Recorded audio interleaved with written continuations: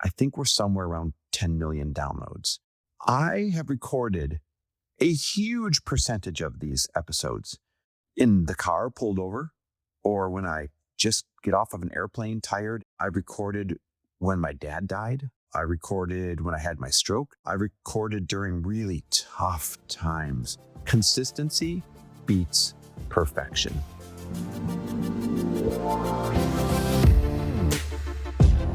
Welcome, everybody, to the Chris Harder Show, where we are making you unapologetic about your pursuit of success, knowing that when good people like you make good money, they can then do great things. My name is Chris Harder, and several times per week, I will bring you epic guests, solo episodes, and every single tool, trick, and skill set you need to grow your business, grow your money mindset, and to grow your wealth to levels that you have never reached before. I've ended up in a unique place in life where I've got the experience, the connections, and all of the secrets that it takes to be successful. And I'm lifting the curtain to reveal it all to you in an effort to help put you in a position of abundance so great that you can then be as generous as possible. So let's lock arms and let's get started. Hey, everybody, welcome back to the Chris Harder Show, where today I am grateful to have done over 1,000 podcast episodes. Holy crap, I can't believe it. Now, this is not the 1,000th podcast episode. That one came out last week. And in true Chris Harder fashion, I don't mean to refer to myself in the third party there, but in true me fashion, however you'd say that, I didn't even know it was my 1,000th episode. And that really sums up this journey. I'm going to share with you 10 things I learned from doing 1,000 episodes, but that really sums up this journey is I never did this to hit a milestone. I never did this because it was some goal. I never did this because, I wanted to have all of those episodes out there or all this legacy or anything like this. I literally just did it because I wanted to talk about business. Matter of fact, those of you that have been around since day one, you remember this show started called For the Love of Money. The title of this show for the first several years was called For the Love of Money. And then, several years in, I wanted to broaden the topic. So it was more than money. I really wanted to talk more about business and life and really whatever was on my mind. And that's when it became the Chris Harder Show about 5 years ago or so. But it's been a journey, 1,000 episodes. Hopefully I get to reach 10,000 episodes, but 1,000 episodes has been one heck of a journey. And I wanted to share 10 lessons or perspectives that came from it. The first one is this: consistency beats perfection. What I mean by consistency over perfection is this. If you hooked me up to a lie detector and said, Chris, how many of these episodes that when you put them out there, you thought, oh, that's a good episode. Oh, that's the one. Oh, that one I over-delivered in. I'll bet you less than 5%. And that might shock you. It's not that I don't want to put out good content. It's just that I really understand the concept of consistency beats perfection. And what's funny is it's almost like in Instagram posts, the ones that you think are going to absolutely pop off, the ones that you put so much preparation in, or this is the guest, everyone's going to share or listen to this one. They don't do as well as you think. And the ones where you're just like, gosh, here's what I was feeling, or here's my lesson from this, or, kind of a last minute episode you put together, they absolutely go viral. And there's no explanation to it other than this. It's better to step up to the plate and see what happens than to only step up when you think you're fully prepared. And that consistency beats perfection is so true. And by the way, speaking of consistency, I really want to drive this home. I have recorded a huge percentage of these episodes in the car pulled over, or when I just get off of an airplane tired and check into a hotel and I've got to get it recorded and sent over real quick before the next morning. I recorded when my dad died. I kept recording, meaning I didn't take time off. I recorded when I had my stroke, just kept going, talked about the stroke. I recorded during really tough times when I didn't have the energy and when I didn't have the desire. As a matter of fact, if you ask me for a percentage of the number of times that I've recorded an episode when I absolutely didn't want to record that day. I mean, not kind of didn't want to, absolutely freaking did not want to. I would say 25% of the episodes were recorded when I absolutely did not want to. When I was like, maybe I'll just go down to less per week. Maybe I'll skip this week. maybe I won't do it for a while. But I've found a way to sit down. I mean, I'm telling you everything. I've like delayed date night for it. I have skipped meals for it.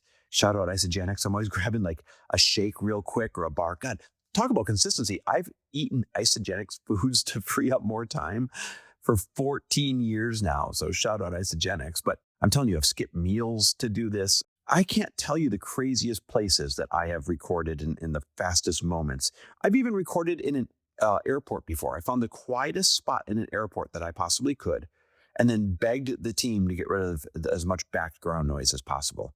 So that's what I mean by consistency beats perfection.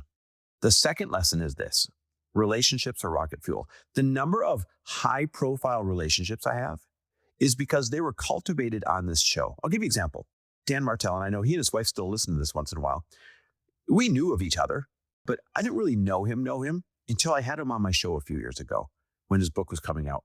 And by the end of the episode, I was like, I freaking love this guy. I knew everyone else loved him, but I was like, that's why everybody loves him, because you get to drop deep. And I've got so many relationships like that. So many high profile, big name, famous entrepreneur, you name it, relationships, because I had them on the show. And when you drop deeply for an hour or two, talking about what truly matters and none of the fluff, you immediately bond. You bond like nothing else. So if you're thinking about doing a show out there, do it for the platform that allows you to say, hey, so-and-so, come on the show. I'd love to have a conversation and expose what you're doing to my listeners. And then because you go deep for an hour or two, you leave friends faster than any other medium I've ever seen. So, relationships are a great reason to do a podcast. That's number 2. Number 3, what I've learned in doing 1,000 episodes: feedback is a gift, even when it stings.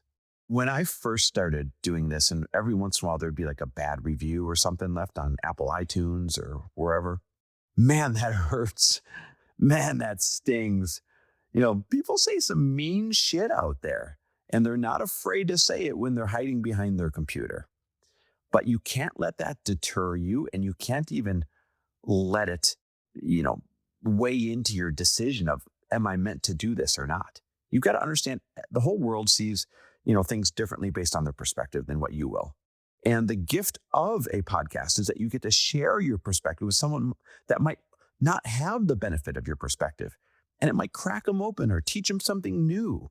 And so when I say feedback is a gift, the negative feedback you should ignore unless you're willing to be open to it, that maybe there's something there. I can tell you there's been feedback I've gotten where instead of saying, oh, screw you, oh, you're just a hater, when I listen to it, I'm like, maybe they're right. One of those pieces of feedback was this: when I actually changed the title of the show. Every once in a great while, I'd hear a really high profile guest say, or I'd get feedback from the people trying to book them saying, I just don't know if I resonate with the show called For the Love of Money.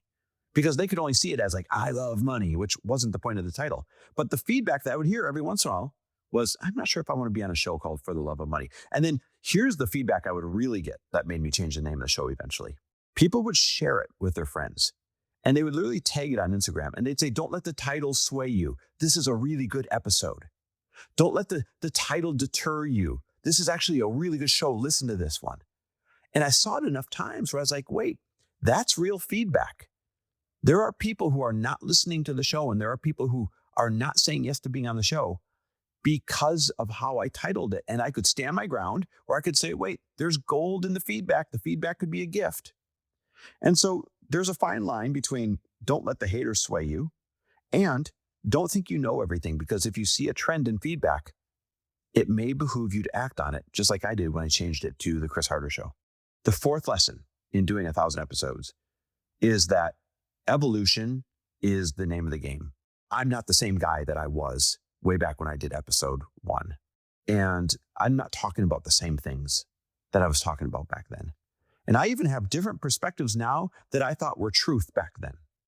So something that I thought was truth back then, I don't necessarily see as truth now. And that's kind of the beauty of this. It's a documented journey of who you were and how you saw the world and how you thought over the course of, in this case, 500, 600, 700 weeks worth of doing this. And so be okay with evolving if you're going to stay in it for the long term. Be okay with contradicting a message that you said, several years ago. You should be evolving if you're doing it right. And therefore your show should be evolving if you're doing it over a long period of time. I'd say the fifth takeaway is the power of listeners. First of all, if you have a smaller show out there, if you're frustrated because your show only has, 100 listeners or 250 listeners or, 500 listeners or 1,000 listeners per episode, I want you to actually picture a room with 250 people in it that show up once a week, twice a week, 3 times a week to hear you talk for weeks, then months, then years. You might think that's a small number or you're not growing fast enough, but boy, there's power in speaking to the same few hundred people over and over and over again. Because based on your financial goals, if you want to monetize the show, when somebody listens to your show over and over and over again, there's that know, like, and trust factor that starts to happen. Well, when the know, like, and trust factor is there, then it becomes easier to sell them something that's going to help their life. And so those few people that listen to your show over and over and over again, not only will they become a raving fan and buy something from you, but they're going to refer your product to somebody else that they care about. So I'm telling you, the power of a few listeners really adds up. The other thing is this, I haven't even looked. I think with legacy downloads and the new way they count downloads, we switch platforms. I think we're somewhere around 10 million downloads. But that's not 10 million people who have listened to the show. Like I said, there's some people that have listened to every episode for all the years. And in the power of building an audience like that, it gives you the ability to switch genres. It gives you the ability to switch products that you want to sell, that you want to build. It gives you the ability, like in my case, I went from doing a lot of consulting and coaching to building this fintech company. And it's been easier to grow a list of people on the wait list waiting for the fintech to come out because I already had the audience of the show. And so if you're thinking about doing a podcast, I'd say do it now for everything that you're going to want to represent, for everything that you're going to want to talk about, and for everything that you're going to want to sell in 4 or 5, 6, 7 years from now. And what's that old adage? If you're like, oh, I've waited too long. Well, the best time to plant a tree is, yes, 20 years ago. The second best time is today. And so start that show. And while we're on the subject of start that show, I will tell you, the question came up in our elite level mastermind that we just ran this past week. And somebody said, hey, I'm looking for ways to market my products. Should I start a podcast? And my answer to them was this: you start a podcast today for what you want to sell in a few years. And it's really true. Your podcast is going to grow slower than you think for the first few years. And most people don't have the long-term patience and discipline to plant a tree now for the shade it'll give in several years. Most people say, there's not going to be any shade right away for the first couple of years, so I'm not going to plant the tree. I'm going to try and do something different. But then a few years is going to go by and you are going to wish that you had the shade from that tree that you planted. Well, you should see your podcast in the same way. The sixth lesson I've learned is this, and it's kind of related to that. Monetization follows mission. When you start a show, you don't get to monetize it right away. Sure, you might have 50 listeners, and one of them might buy your course or might sign up for your program or something. But it's not like your sponsor's beating down your door. Sponsors won't even consider your show until you have a track record of 1,000 or more listeners per episode in like the first 2 weeks of you dropping that episode. And they prefer something larger than that. They really prefer 10,000 listeners per episode before you start getting any major sponsors. And so when I say monetization follows mission, you don't start a podcast to make money for the first few years. You start a podcast because you genuinely care about having a platform to talk about something that you genuinely care about. Maybe you want to make the world a better place. Maybe you want to help people see things differently. Mine started because I wanted people to have a different money mindset because I always had a pretty good money mindset. And it was always interesting to me. I was like, wait, why don't other people have a good money mindset? And that's how the show started back when it was called For the Love of Money. So monetization definitely follows mission. You got to have that long-term outlook that I was talking about earlier.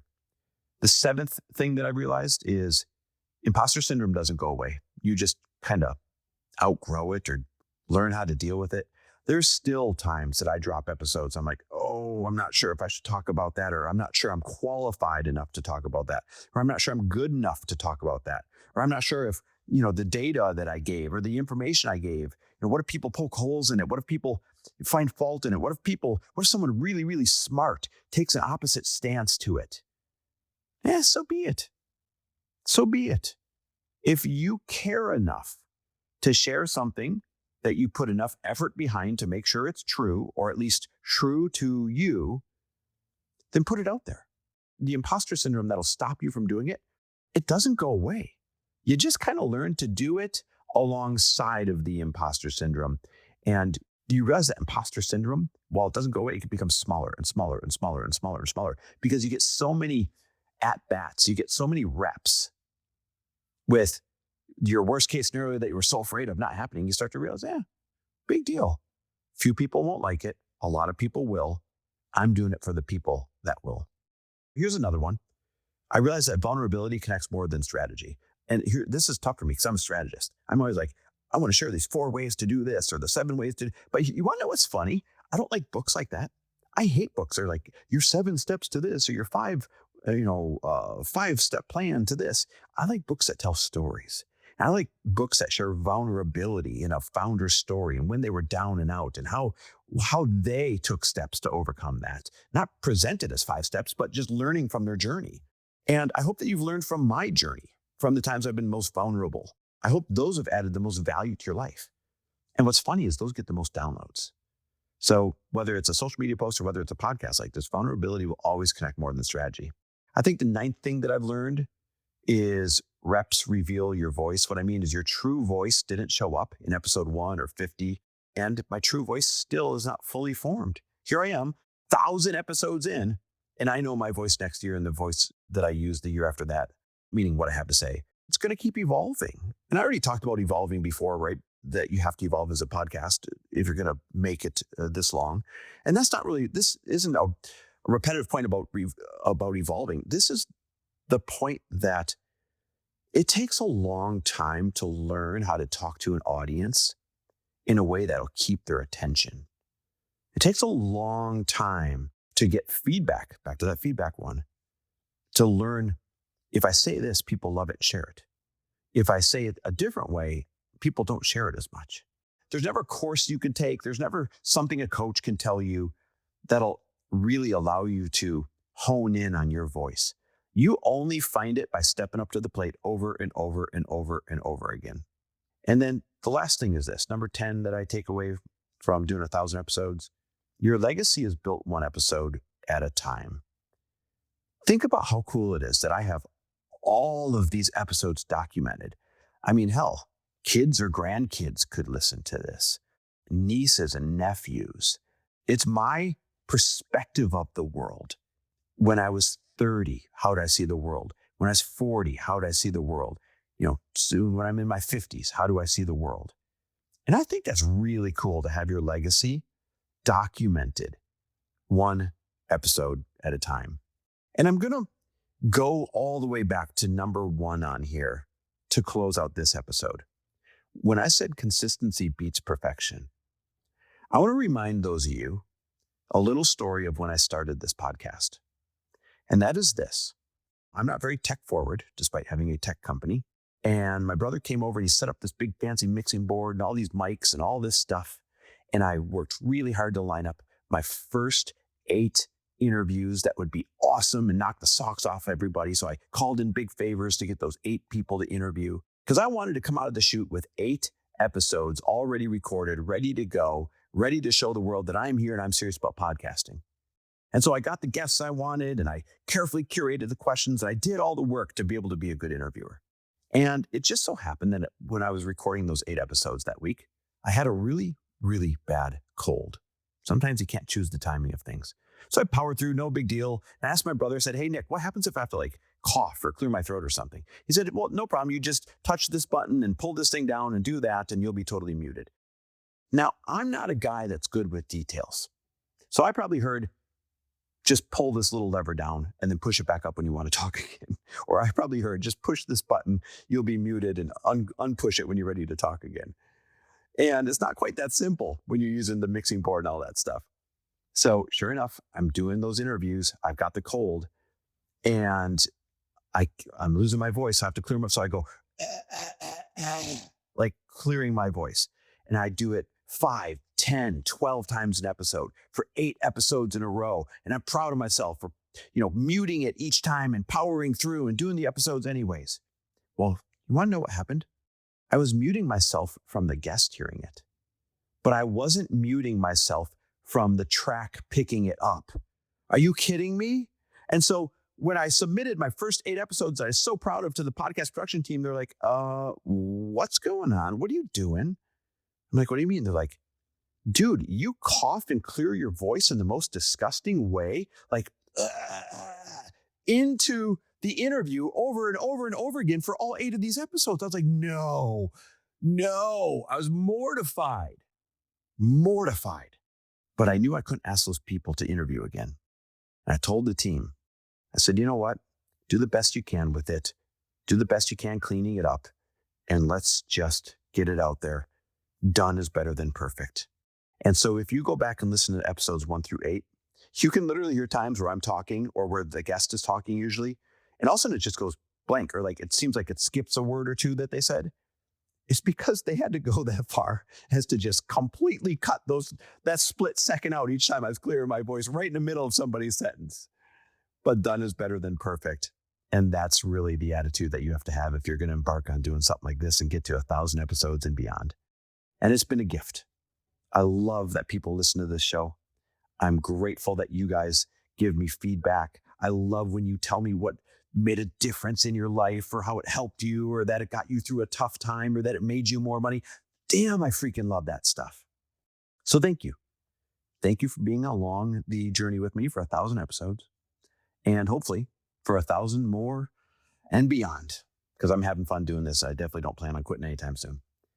By the way, Lori and I have a brand new awesome program coming out for you guys. It's been 4 years since we had a program for that $0 to $500,000 crew of entrepreneurs. Right now we only have our elite entrepreneur offering, which is $500,000 earners and higher. And almost everyone in there is a 7 and 8 figure earner. Well, 4 years ago, we sold the program called Fast Foundations that we had that was our sweet spot, 0 to 500 grand and getting people over that hump. And we have decided to bring back a brand new program that will absolutely move the needle better than any program we have ever had. And it's called the Mentor Collective Mastermind. And we called it that because it's 50% hands-on mentorship from Lori and I and expert coaches that we have hired and put on salary so that you can get coaching from them directly one-on-one. And we're putting an emphasis on you guys connecting and collaborating within this group that we're putting together so that you can find other peers who are right where you're at in your business, ready to move forward with you. So you're not doing this so damn lonely. So you guys can share best practices, so you can share what's working. There's a weekly call. There's unlimited coaching we hired a coach for every expertise you would need. There's a financial coach. There's a marketing coach. There's a social media coach. There's a sales coach. There's everything you would need. And you get to coach with them directly. No extra fee, totally included. We put them on salary and begged them, because it's some of our most high performing friends, to be willing to do this for you. Now, here's the catch. We're going to launch it in April. And because there's direct one-on-one coaching with the coaches that we hired, we can only have just so many people in there. So you have to get on the wait list right now. Now that this episode's over, hit pause and go to chrisharder.me/waitlist and get your tail on that wait list, or you won't have a chance of getting in when we launch it in April. We're launching it right after Easter. Right before Easter. Go to chrisharder.me/waitlist. It's chrisharder.me, that's .me/waitlist. You're not going to want to miss this. You'll have no excuses to not get to 500 grand and beyond. Remember, this is for businesses that are 0 to 500 grand right now. You have no excuse to not get beyond that because of the weekly calls, because of Lori and I being so hands-on in it and be answering questions about your particular business, and because of the incredible roster of coaches that we put together that are totally complementary to you. Not to mention tons of other really cool things. So go check it out. Get on the waitlist, chrisharder.me/waitlist. Cannot wait to see who gets into this new program. All right, guys, thanks for listening to 1,000 episodes and beyond. Thanks for listening. And if you loved this episode and know of someone else who is as successful as they are generous, please pass them on to me. It would mean the world to me if you help me get this cause and this message out to as many listeners as I can. So please, if you liked what you heard, it goes a long way if you take 30 seconds and leave me a 5-star review and share this with your friends. I'll be forever grateful. And until the next episode, cheers to your success.